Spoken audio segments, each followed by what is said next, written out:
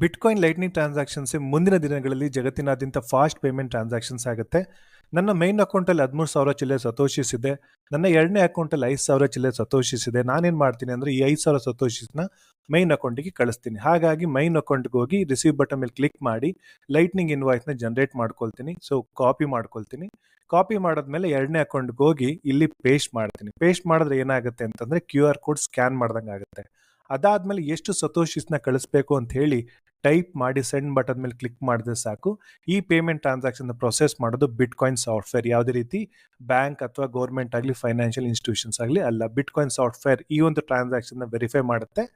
Verify ಮಾಡಿದ್ಮೇಲೆ ಈ ಒಂದು ಸತೋಷಿಸ್ ಎರಡನೇ ಅಕೌಂಟಿಂದ ಮೊದಲನೇ ಅಕೌಂಟಿಗೆ ಸೆಂಡ್ ಆಗುತ್ತೆ. ನೀವು ನೋಡ್ಬೋದು ಇಲ್ಲಿ ಸತೋಷಿಸ್ ಹೋಯ್ತು. ಮೈನ್ ಅಕೌಂಟ್ಗೆ ಹೋದ್ರೆ ಇಲ್ಲಿ ಸತೋಷಿಸ್ ಎಷ್ಟು ಕಳಿಸಿದ್ನಲ್ಲ 4,000 ಚಿಲ್ಲರೆ ಸತೋಷಿಸ್ ಅದು ಇಲ್ಲಿ ಕ್ರೆಡಿಟ್ ಆಯಿತು. ಜೊತೆಗೆ ಬ್ಯಾಲೆನ್ಸ್ ಕೂಡ ಅಪ್ಡೇಟ್ ಆಗುತ್ತೆ.